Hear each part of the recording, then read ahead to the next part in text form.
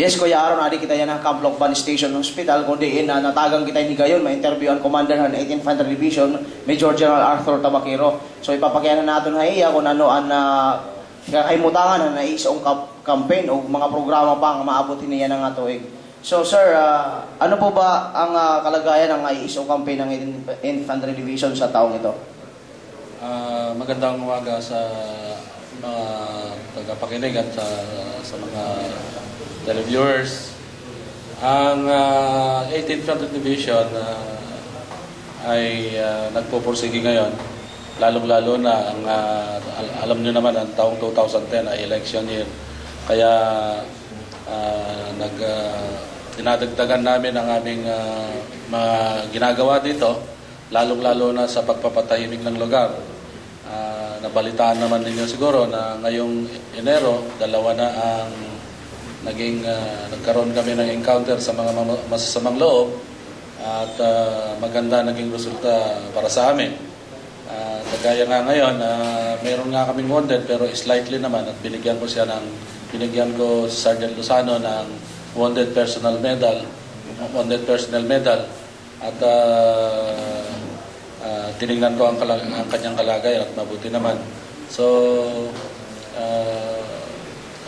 masasabi ko ang aming mga plano ngayon para sa taong ito ay napakaganda dahil sa resulta nitong dalawang encounter na ito. Sir, mensahe na lang po sa ating mga kasunduluhan ng 8th Infantry Division, lalong-lalo na po sa mga mamamayan na nanonood ngayon sa atin. Sa mga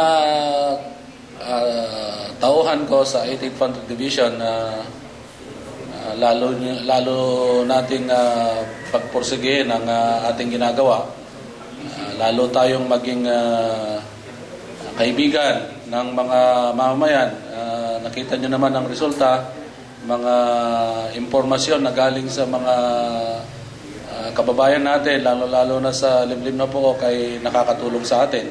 Kung wala sa kanila, kung wala sila doon at hindi nagbibigay ng impormasyon, hindi magiging magandang resulta ng ating operation. So sa mga mamayan naman dito sa nasasakupan ng 18th Infantry Division, maraming salamat po sa inyong pagtulong at makakaasa po kayo na lahat ng kasundaluhan ng 18th Infantry Division ay gagawin lahat ng kanyang makakaya para mapanatili ang kaayusan dito sa lalong-lalo na dito sa Region 8. Okay mga sangkayan, amo ato ang Commander ng 8th Infantry Division, Philippine Army, Major General Arthur Tabaquero. Yang di Camp Lokban Station Hospital para hadiway mes Teleradyo News Center ini Kuya Ed. Balik kayo mo, Kuya Aaron.